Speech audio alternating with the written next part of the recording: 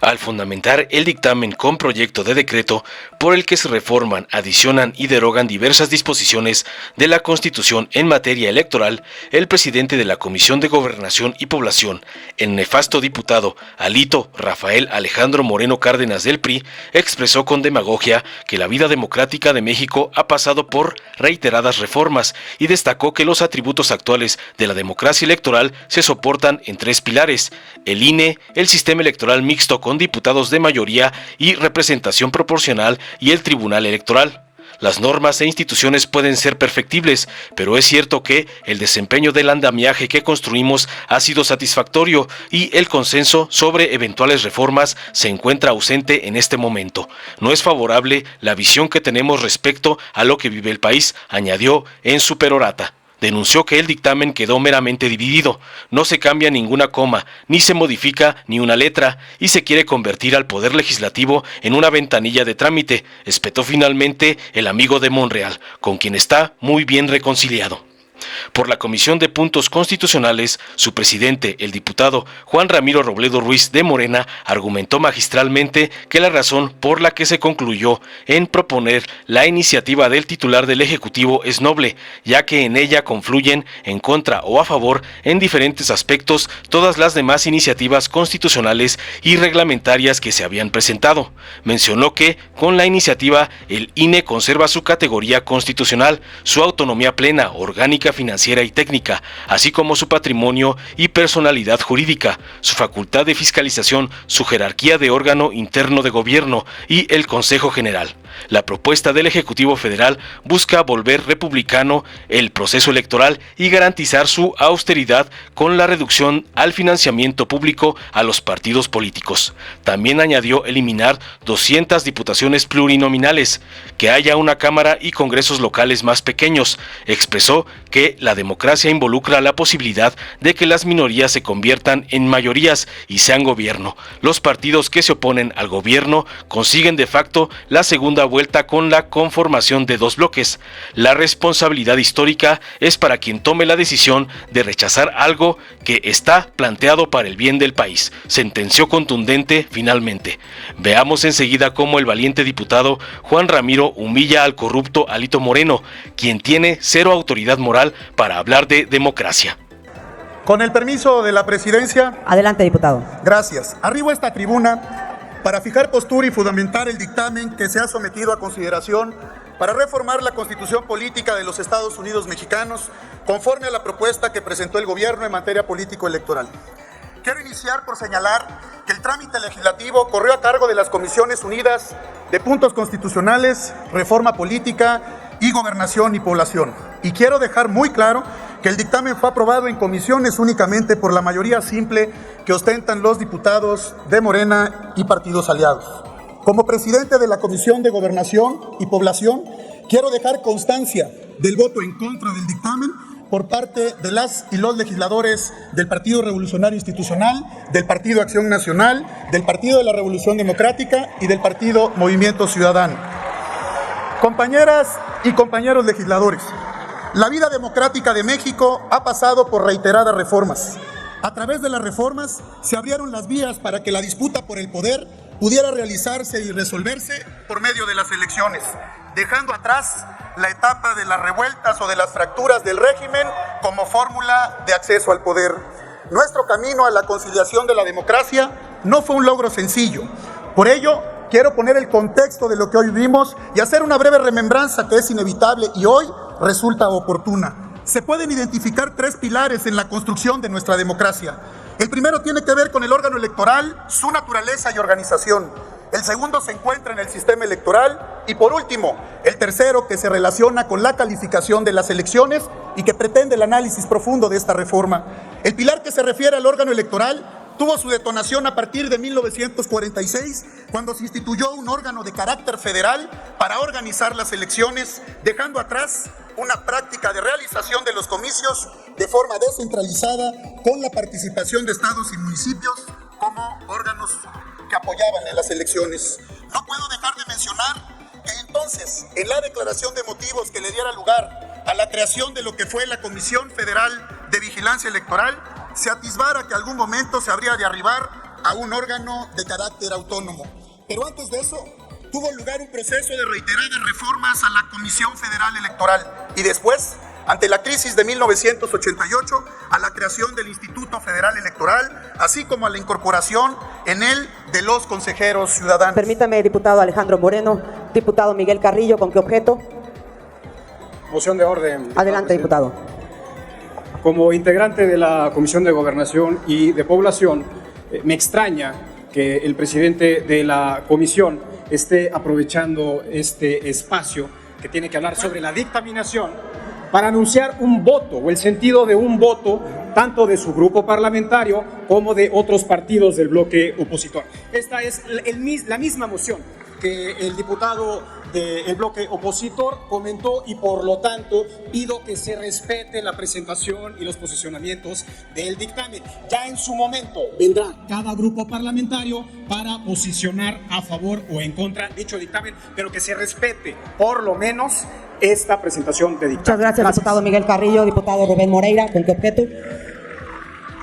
Moción de orden. Adelante, diputado. Quiero que a usted aplique el mismo criterio que aplicó con la oradora anterior y que nadie pueda ser reconvenido cuando está en tribuna. Muchas gracias, diputado Moreira. Esta presidencia siempre ha aplicado el mismo criterio con todos los grupos parlamentarios. Ya se hizo un llamado con la anterior oradora. Se pide también a los diputados y diputadas que podamos ceñirnos a lo que dice el reglamento de comisiones. Diputado Noroña, ¿con qué objeto? Moción de orden, diputada presidenta. Adelante, diputado. Efectivamente, hace unos minutos, desde la bancada de Acción Nacional, se hizo un señalamiento porque les parecía que la exposición institucional de la compañera diputada que preside la Comisión de Reforma Política estaba expresando el punto de vista de una de las partes de este pleno. Me parece que vamos a seguir con esa situación en las siguientes intervenciones y creo que es atendible sin reconvenir a ningún legislador en su legítimo derecho de exponer como mejor considere, que siendo titulares de las comisiones respectivas hicieran un esfuerzo de institucionalidad, lo cual no quiere decir que no comente el reflejo del debate que se dio en las comisiones, que eso es parte también del informe institucional. Yo solamente llamaría a eso y diría que dejemos transcurrir en términos generales las intervenciones porque vamos para un debate largo y vamos a tener tiempo de expresar todos los grupos parlamentarios nuestra posición política al respecto. Muchas gracias, diputado Noroña. Continúe, por favor, diputado Rafael Alejandro Moreno. Gracias, presidenta. Lo que estamos haciendo desde esta tribuna es poner el contexto de cómo se dio la participación de los distintos grupos parlamentarios al seno de la comisión y lo haremos con firmeza y con claridad porque es un dictamen que quedó meramente dividido. Esto quiere decir que de alguna forma con la entonces Comisión Federal de Vigilancia Electoral se advertía lo que pasó 50 años después, cuando en el 96 la reforma política de ese entonces otorgó autonomía constitucional al Instituto Federal Electoral, hoy Instituto Nacional Electoral. La definición actual del INE como un órgano con personalidad jurídica y patrimonio propio, que se integra con la participación del Congreso, los partidos y los ciudadanos, regido por los principios de certeza, legalidad, independencia, imparcialidad y máxima publicidad, es el resultado de un largo recorrido, de un aprendizaje exhaustivo y de una persistente búsqueda de consensos. Al final, construimos y nos dimos un órgano electoral único en su tipo a nivel mundial, del que nos enorgullecemos y de igual forma nos enorgullece como país. Por lo que toca el segundo pilar, se refiere al sistema electoral que debemos de señalar. De nueva cuenta, un largo recorrido que tuvo su primera etapa en el sistema mayoritario a través de distritos uninominales para elegir a los diputados federales.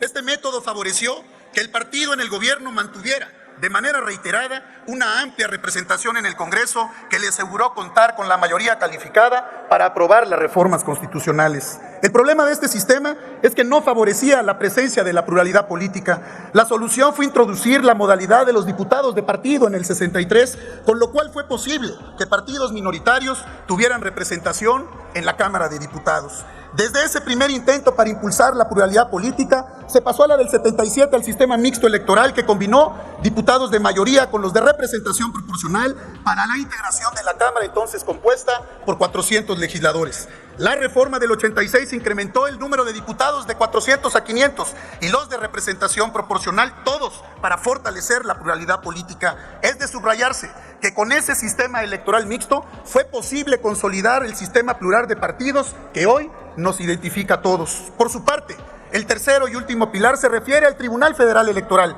que sin lugar a dudas contribuye decididamente a que sea una realidad la competencia política y la alternancia en el poder.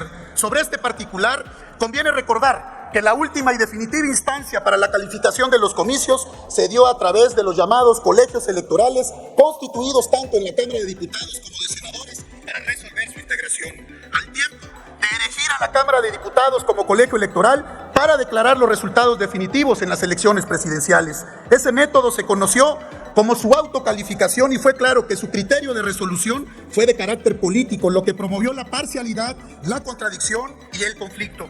Resultó evidente que se requería un cambio radical en el sistema de calificación electoral, de modo que se produce una mudanza sustantiva para implementar un sistema jurisdiccional a través del Tribunal Electoral. A través de este sucinto recorrido es posible exaltar que los atributos actuales de nuestra democracia electoral se soportan en los tres pilares del Instituto Nacional Electoral: el sistema electoral mixto con diputados de mayoría y representación proporcional y el Tribunal Electoral.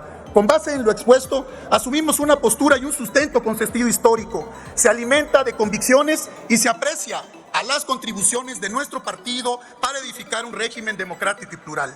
Esta postura tiene como base el apego a nuestra forma de entender y de interpretar la participación de todos en esta construcción del trabajo comprometido. Historia en la que juega un papel muy relevante la posición que hemos jugado para poner un pie en la democracia electoral, para que sea la lucha por el poder por medio de instituciones y leyes que tengan el consenso de la pluralidad de todas las fuerzas políticas y que generen confianza a la sociedad. No cabe duda de que las normas, instituciones pueden ser perfectibles, pero también es cierto que el desempeño del andamiaje que construimos ha sido satisfactorio y que el consenso sobre eventuales reformas se encuentra ausente en este momento. Diputadas y diputados, no es favorable la visión que tenemos respecto del momento que vive el país. Los signos de endurecimiento del gobierno dominan el escenario. Se ha hecho costumbre fustigar a la crítica, eludiendo el debate directo y con réplica, y acaba por ser un ejercicio de descalificación. Hacia todos se encamina, más allá del cuestionamiento, el que no se pueda participar, dialogar y construir en un régimen democrático. Se instauran prácticas de desgaste a quienes disentimos a través de tácticas legislativas que eluden el debate, imponiéndose siempre la mayoría mecánica. No se cambia ni una coma, no se modifica ni una letra y se atiende así a querer convertir al poder legislativo en una ventanilla de trámite. El tránsito y la lucha que llevó el país a construir un régimen plural de partidos y que permitió a la oposición desempeñar un papel decisivo en la vida de la República no debe de olvidarse. Especialmente no debe de olvidarlo la corriente política que hoy está en el gobierno, pues de otra forma nunca hubieran llegado al poder. De ahí que tanto para el gobierno como para los que no estamos en él, la democracia es bandera que necesitamos impulsar todos. Una democracia que en sus definiciones nos agrupe, integre, consolide y dé paso a los grandes acuerdos. Reivindico en este acto la fuerza, la pertinencia y la contribución de la oposición en la vida democrática del país. Reconozco desde aquí a los priistas, a los panistas, a los perredistas, a los de Movimiento Ciudadano que hemos dado la batalla en el Congreso.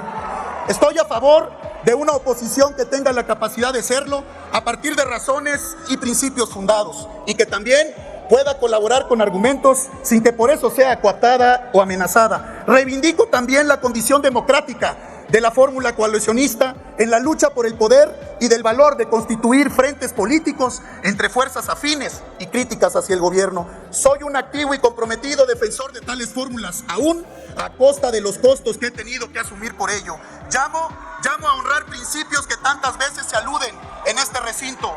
Reconocer la contribución de quienes nos oponemos y la libertad de hacerlo sin amenazas, sin intimidación.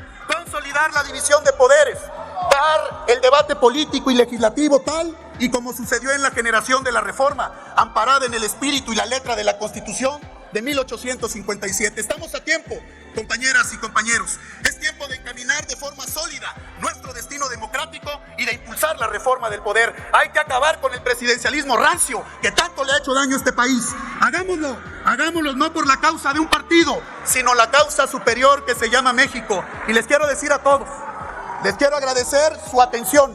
Y aquí les dejo un gran pensamiento de la gran escritora española. Cuando el poder pierde los estribos, lo épico termina por ser patético, compañeros. Muchas gracias y es cuanto. Muchas gracias, señora presidenta. 3 comisiones pudimos de formular un dictamen que no es el que iba a venir a esta tribuna. Había otro proyecto de dictamen que se frustró. Tenía 7 puntos de aproximación para el consenso entre los diferentes grupos parlamentarios. 7 puntos. ¿Por qué llegamos con este dictamen? Porque de antemano ese consenso se frustró. Ya no era posible hablar de reducir no a 300 sino a 400, nada más el tamaño de esta Cámara. Ya no era posible subsumir parcialmente, paulatinamente las funciones de los OPLES al gran órgano nacional electoral que hoy todavía pervive y que en esta propuesta iba a resultar muy favorecido. En un momento más voy a tratar de explicar a qué me refiero, porque la razón por la cual se haya concluido en proponer la iniciativa del titular del Ejecutivo es doble. Uno, porque en él confluyen, en contra o a favor, en diferentes aspectos, todas las demás iniciativas constitucionales y reglamentarias que se habían presentado hasta la fecha en que empezamos a trabajar en las 3 comisiones. Desde luego. Segundo, porque las de un poder constitucional alterno a este y porque era una propuesta integral. ¿Qué decía la exposición de motivos que se toman como fundamentos del dictamen? Bueno, que hay cosas fundamentales todavía por corregir en el sistema electoral constitucional del país, que en cualquier momento hay oportunidad para modificar las reglas del arbitraje electoral en un país como México, que así como es necesario que haya consenso cualitativo para que pueda pasar una reforma constitucional, así basta con que uno o varios de los participantes que ponga en juego, que ponga en jaque las reglas del arbitraje, sea suficiente para ponerlo en la mesa y ponerse a discutir. Por eso estamos aquí. ¿Por qué no llegamos a otros consensos? Cuando de antemano hay una rotunda negativa, ya no es posible caminar por ahí. Entonces, ¿qué es lo que se necesita? Bueno, que el país entero, a través de este debate, a través de los medios de comunicación, conozca en qué consistían las 4 o 5 propuestas fundamentales de la iniciativa del Ejecutivo. Miren, una importantísima, la línea electoral. Se dijo aquí al principio por la diputada Sánchez. Se trata de volver republicano el proceso electoral. ¿Y cuál es la cualidad central de lo republicano? Lo transitorio, lo renovable y lo austero. Lo austero. Esa regla que trata de permear toda la lógica de la política pública y de la acción administrativa debe tomarla, en parte lo ha hecho este Congreso, pero deben tomar todos los espacios de la vida pública del país. Por eso la propuesta de reducir el financiamiento, los costos de la elección y el financiamiento en forma de prerrogativa a los partidos. Esto es importantísimo. ¿Quién se atrevía a decir que no? Solamente utilizando otros argumentos se podía decir que no a la propuesta de reducirle hasta 1/3 el dinero a los partidos políticos. Solamente utilizando otros argumentos se puede decir que no a la propuesta de quitar 200 diputados, que en el lenguaje popular los plurinominales no son exactamente los de representación proporcional. Eso lo entendemos nosotros acá.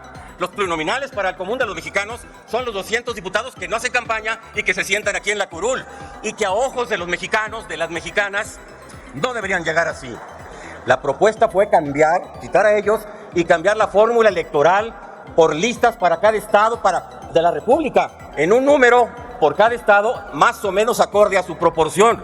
Esa propuesta es muy importante y ni siquiera se alcanzó a discutir. Era la manera de quitar la sobrerepresentación, era la manera desde luego de reducir la Cámara y era la manera de poner a hacer campaña a los diputados de lista, a los candidatos que ahora tendrían que salir todos en conjunto a competir contra los demás de los otros partidos porque ya nadie iba a hacer campaña por ellos. Eso no se le pudimos explicar a México. Aquí sabemos en qué consistía, pero no se pudo decir allá porque la consigna fue tratar de confundir la credencial de elector con el INE, que son cosas distintas. Pues la gente, muchísima gente pensó que se trataba de quitar la credencial de elector. Eso no es así y eso se aclara en el dictamen. Eso se aclara perfectamente en el dictamen. Miren ustedes, a cambio de haber reducido hasta casi 1/3 el dinero de los partidos, el planteamiento era una fórmula mucho más democrática. Casi 0 campañas de tierra, casi 0 campañas de reparto de propaganda y a la televisión y al radio, en tiempos más extensos, quitándole al INE sus tiempos que utiliza para otras cosas y dejándoselo a los partidos políticos. Dinero por tiempo en radio y televisión, no lo cambiaron.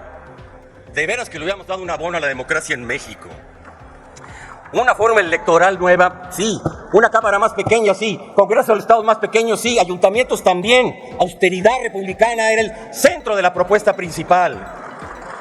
A ver, ¿qué fue lo que causó escozor afuera? No tanto lo del INE. No tanto lo del INE. La fórmula para elegir consejeros. Bajarlo de 11 a 7 no era tanto el problema. Si una propuesta tan atrevida como que la elección fuera en la calle para los consejeros.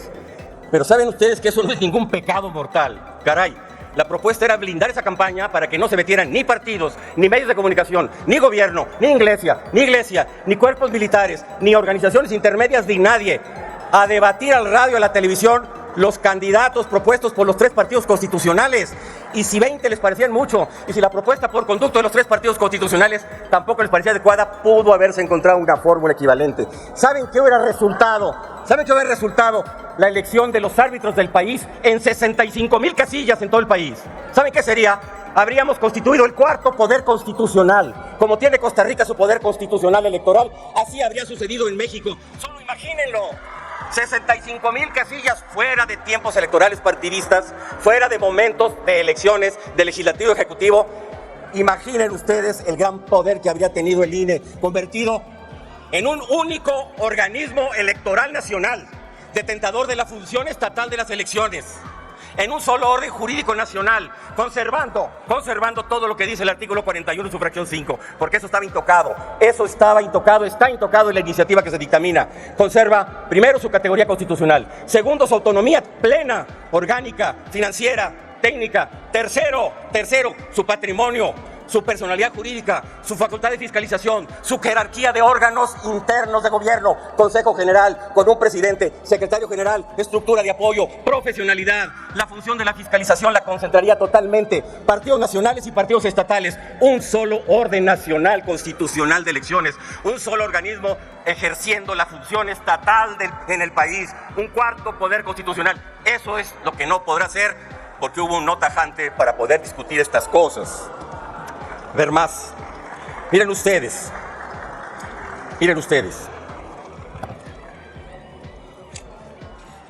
Se ha invocado la democracia aquí como la regla de la supervivencia de México como país, como Estado, como república, y hay sobrada razón para apoyar eso. Nos sigue pareciendo a todos los que estamos aquí y afuera de esta asamblea, a la mayor parte de los mexicanos, a la gran mayor parte de los mexicanos, que es la fórmula menos imperfecta para darse gobierno y para dar cohabitación social a un pueblo. Desde luego que sí.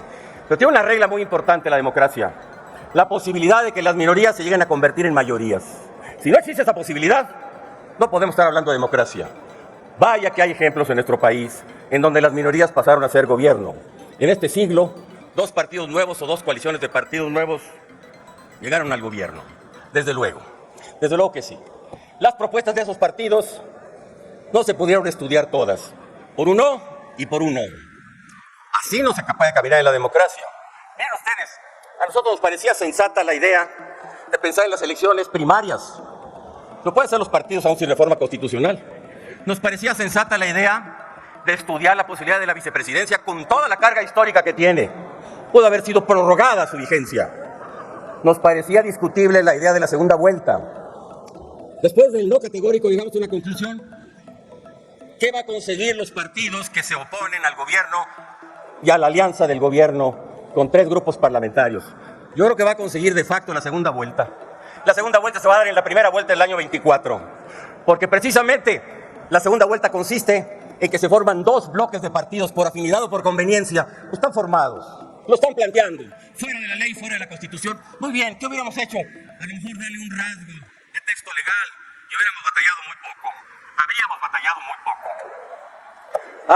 Había afinidades muy cercanas entre los 3 principales grupos parlamentarios y alrededor de ellos los demás partidos. De verdad, hay un cuadro que se exhibió coloreado entre los 3 colores de esos partidos, en donde por fórmula gráfica se acercaban esas aproximaciones. Eran 7 temas. Desde luego, tecnologías para el uso electrónico del derecho del voto, desde luego acciones afirmativas, desde luego reducción de los congresos, desde luego reducción del dinero, desde luego modificación del tamaño de los organismos electorales y del costo de la democracia principalmente. Ahí se quedaron. Están redactadas en el dictamen que casi nadie ha leído. Están relacionadas. No había otra manera de llegar a este debate después de que hubo un posicionamiento rotundo y categórico de no entrar a discutir nada más que traer la principal iniciativa, tratar de explicarla, fundamentarla, adicionar los argumentos a la exposición de motivos y que cada quien, diputadas, diputados, grupos parlamentarios, partidos y cualquier persona interesada ponga su cara y con ello su responsabilidad frente a México. Que México juzgue si nos perdimos de algo que podía haber funcionado para bien de la democracia o no. Miren ustedes, concluyo. La regla de la democracia es que la minoría se vuelva mayoría. Aquí van a resultar más votos aritméticamente a favor de ese dictamen. Muy probablemente habrá menos votos en contra de ese dictamen, pero esos menos votos solamente el grupo parlamentario del PAN y el grupo parlamentario del PRI juntos lo tienen. Ellos dos tienen la decisión y están tomando la decisión democrática de oponerse al dictamen. Y con esa decisión llevan la responsabilidad de lo que están rechazando. Y por esa responsabilidad, enseguida, la otra mayoría, la aritméticamente mayoritaria, tendrá que proponer reformas secundarias que ya estarán aquí pronto, que no van a violar ningún ápice de la Constitución, que se referirán al alcance de las resoluciones del Tribunal Electoral, a la necesidad de que se apliquen sanciones de estricto derecho, al tamaño de las estructuras administrativas y jurisdiccionales de la justicia y de las elecciones en México, desde luego a eso, a los procedimientos y sobre todo a los excesos y a la parcialidad con que a juicio de muchos en México los organismos electorales se están comportando. Responsabilidad para quien tome la decisión de rechazar algo que está planteado para bien del país. Salud por la República. Dale en me gusta, suscríbete, activa la campanita y compártelo para que más gente lo vea.